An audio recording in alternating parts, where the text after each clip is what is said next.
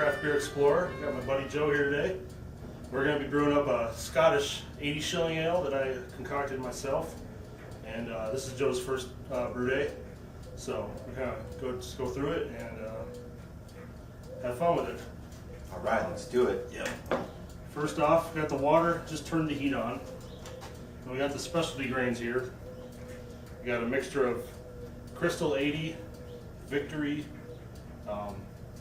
Thomas Fawcett Pale Chocolate, and Cherrywood Smoked malt. And so we're just going to stick that in there and just kind of let it steep for about 30 minutes. Let the heat gradually rise. And this is where like all the complex flavors come from in the beer. And not a lot of fermentable sugars will come out of this. That's what the base grains are for, which I'm using Maris Otter. This is just malt extract because I don't have all grain brewing set up yet. How's that sack doing? It's doing pretty good. As you can see, it's already put color into the water. It smells pretty good. It smells kind of bready, and I'll like to take it off and I'll kind of just wish it around a little. You don't want to squeeze the bag ever, because in case it breaks open, then you have a bunch of grains in there, then you're going to basically have beer oatmeal, which is going to be a pain in the ass to try to get out unless you have an all grain brewing system. But if you're just an extract brewer, you got to be very careful with those. Now it's up to 100 degrees right now.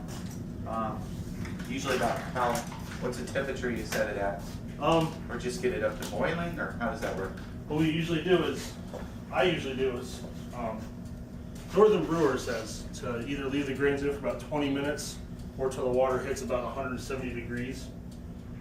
I like to turn the heat down lower and let it steep for about 30 minutes. Talking to other homebrewers on forums like homebrewtalk.com, they all steep the grains for about 30 minutes. It just gets more of the endosperm out of the grain husks, more flavor into the beer. So I just do that. And so we'll just kind of let it do its thing, kind of hang out, and doesn't really have to, not a lot to do right now except for just hang out and grab a pint or drink it. Cheers. Do its thing, kind of like a big tea bag for a while. Big sack. Yeah, a big sack of goodness. Delicious goodness. I'm looking at the color right now, and it's a nice, almost mahogany color. It's really nice, and it smells really great. Kind of smells some of the caramel and the chocolate now. A little bit of the smokiness, not a lot. And again, the breadiness is there. So, and then once we get it onto a full boil, then the aromas will really start rising and add the hops and all that good stuff. So, I think it's going to be pretty good beer. It should be a hit. And I forgot to get oven mitts. Now when it comes to the type of burner you use, I don't recommend using like electric stovetop. It doesn't get hot enough to boil efficiently enough for brew day.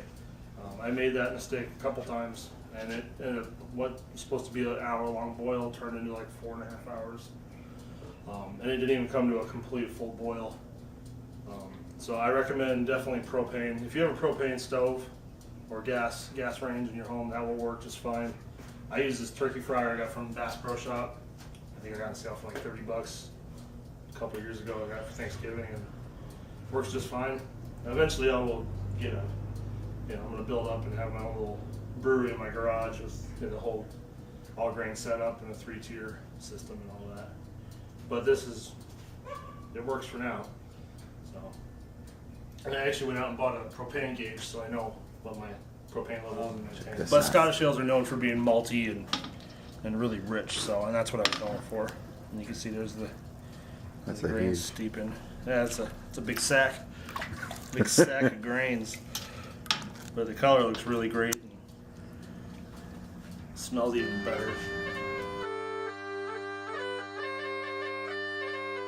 I guess maybe I could talk about my yeast starter I made last night. This is a little 1-gallon fermenter. Sometimes I make little 1-gallon batches just when I'm experimenting and stuff. But this is a way to propagate yeast, so you have a bigger colony of yeast when you add to the fermenter. The beer will ferment faster, finish sooner, and just give a better, cleaner flavor and aroma. The yeast won't have to work as hard.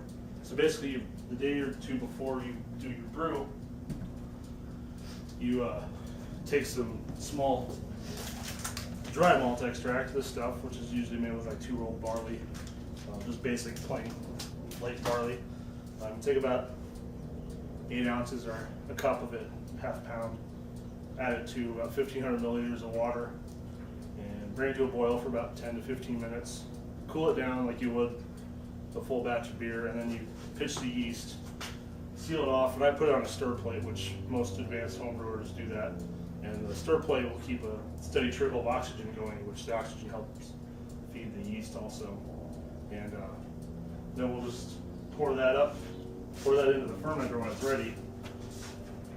The yellow stuff here is the beer, and this white cake under here is the trub. That's your larger yeast colony now.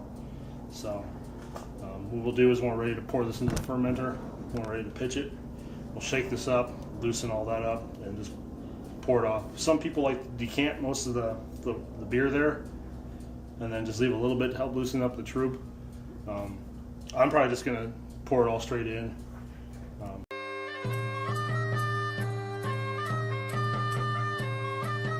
Well, the grains are steeped for probably about 30 minutes now, and hold on. Most people will have a mesh, what's it called? A strainer. I don't remember bringing that today. And kind of place it over the pot and let this just run out. I just kind of hold it. Grains get heavy when they're wet. If you want to grab that, you can feel it. And that's only about originally 1.85 pounds of grain. Yeah, that's a huge sack. It's probably what, 3 or 4 pounds now. Yeah. So you just kind of hold it there. Kind of press it lightly, but you don't want to squeeze too hard. Just try to get most of that liquid out of there. Now, what do you do with the grains out now? I'll put it in the garbage. Yeah, you can throw it away. Some people throw it in a compost pile. Now it's time we can turn the heat up a little. Try to go in the right direction. You don't want to turn up too high because if it boils over, that's a sticky mess you do not want to clean up. And that's a loss of beer, and you will be sad. Very, very sad. So bring it up, just turn the heat up a little bit, and it should start boiling pretty soon. Yeah, it's about 175 right now, so probably a few more minutes and we'll be boiling. We'll pull it off the burner real quick and add this stuff to it. So you can see that's got a nice color to it, and that's just going to even add more greatness to this beer. I scrape the bottom a little bit here and there just to make sure nothing gets stuck in the dry malt extract. Now this stuff can get kind of clumpy, so you gotta kind of stir it as you pour it in there? Or yeah, what? Yeah. Same as the other one. It'll break down too after a while during the boil. But this stuff will scorch as well.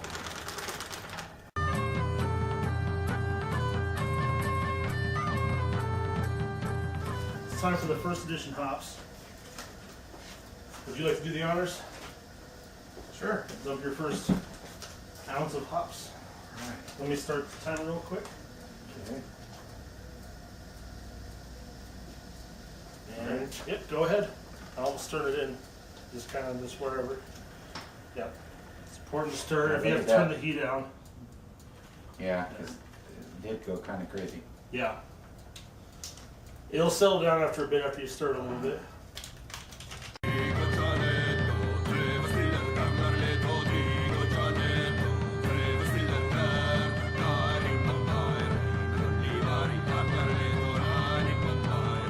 That's kind of what they look like. They're kind of falling apart because they're dried and stuff, but they're really pungent. They got a pretty pleasant and spicy and got an earthiness to them too. Very earthy. Unlike the Kents, they're very similar, but they got more, a little more smooth, a little more earthy.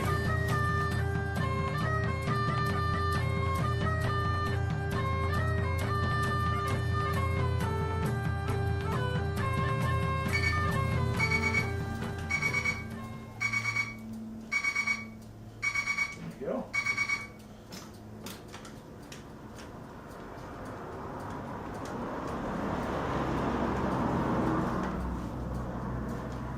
Alright, the final addition of hops are in. So we have about 10 minutes left.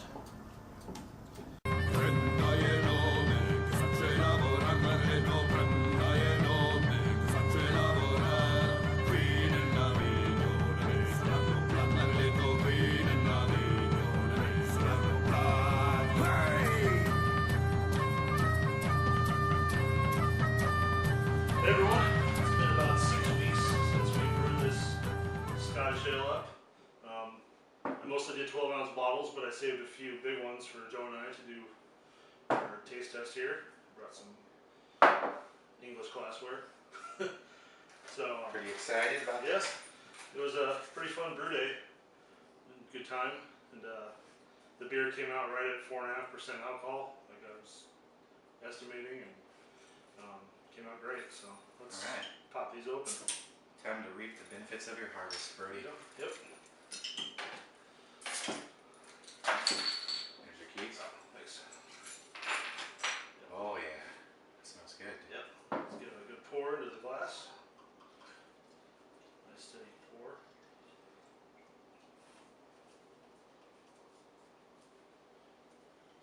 All right. Oh yeah.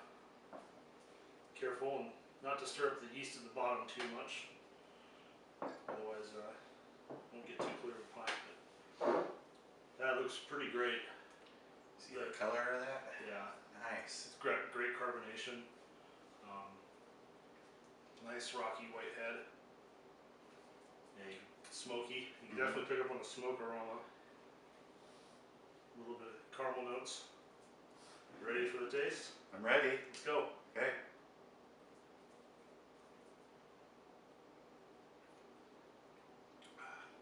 Oh yeah. It's pretty damn smooth, huh? That's good. Cheers. Cheers. Yeah, it's a little bit of the smokiness. The smoke aroma is more strong than the actual smoke flavor. Getting some toffee, caramel, a little bit of breadiness. Very smooth too. It's got a good bitterness that kind of comes through after the sip is finished. Pretty neutral, mellow bitterness though, but it's got a nice herbal, spicy flavor to it. Just minimal though. It's nothing harsh. You're good at that, picking up all the flavors. Are you detecting those? When you tell me, when you say that, I can try it. Yeah, just take a decent sized sip and hold on your tongue and kind of let it cover your whole tongue for 10 seconds, 20 seconds. Yeah, the Bramling cross hops, I'm picking up on those too. They were the last hop addition, the last 10 minutes of the boil. Definitely pick up some dark fruit flavors from those, along with like this herbal spiciness from the Willamette and the Kent Golding hops. The colors, just really. Color's perfect. Awesome. It's a nice reddish amber. This came out really good, and I'm pretty excited because it's my first original recipe. Son of a Fitch. Cheers to that. Cheers. Oh. It's not a very strong Scotch ale. It's not like a wee heavy or anything like that. This is what's classified under a 80 Shilling or export 80. Moderate, alcohol content. Just a good, easy drinking ale, but it's got a lot of malt flavor to it, but it's easy drinking. Much better than Kiplifter. You don't say that. I'm sorry to say, but Thank you for the compliment. That makes me very proud of my recipe writing skills. very good, Brody. Thanks. Is there anything in there that really stands out to you? More like caramel, sort of. Yeah. Yeah. Some dark sugary type flavors. I'm getting a decent amount of the breadiness too. And just a very faint smokiness in the aftertaste. But that's what I was going for. I didn't want like an overly smoked beer. And a lot of Scotch ales usually have a slightly smoke edge to them. So, it's came out pretty great. And it's got a good cascade on the glass too, Yeah, look at that. as it goes down. Carbonation's just perfect too. Yeah. It's not over, it's about medium carbonation level. Medium high maybe. But it's not super fizzy. But if you sit here like where I can see it, there's a lot of bubbles just moving up. So I'm pretty happy with this. And it tastes pretty authentic, I think. Like any other, mild Scottish ale I've had. Yeah, I think so. Not a lot of yeasty esters. Me converting my deep freezer into that fermentation chamber really made a big difference in my beer fermentation, because like that last Irish Red I did kind of had some yeasty edge to it that it wasn't bad, but it definitely fermented a little too warm. And this fermented right at 65 degrees. And then I secondaried it for another 2 weeks after that first week at 65 degrees. And then when I bottled it and let it carve up, I just did that at room temperature, about 72 degrees. And Awesome. it just came out great. If I went to Scotland and walked into a little pub and ordered, just a basic Scottish ale, and I got this, I would be extremely pleased.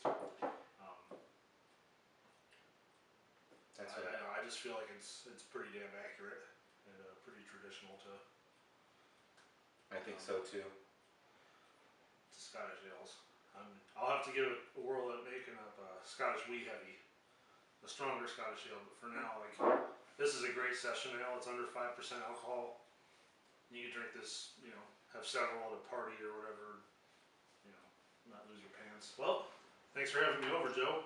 Oh, thanks for coming by. Yeah, and bringing the booze. yeah, thanks for helping me out with the Brew Day and doing the video with me. And a few more weeks we'll be enjoying more of these. So. All right, Brody. Yeah. We should do another one. Yeah. Thanks. Cheers. Cheers.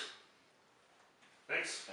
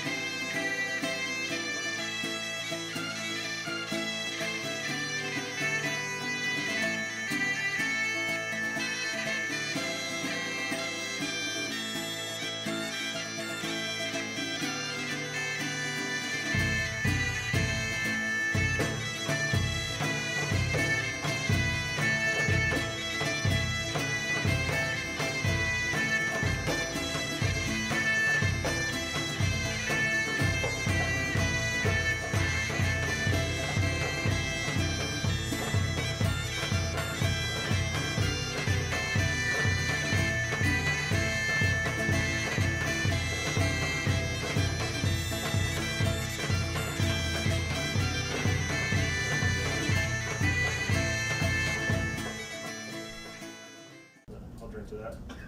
You don't know what we're doing.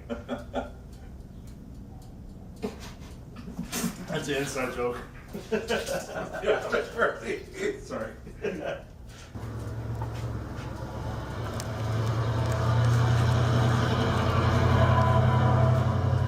Old ass noisy truck there.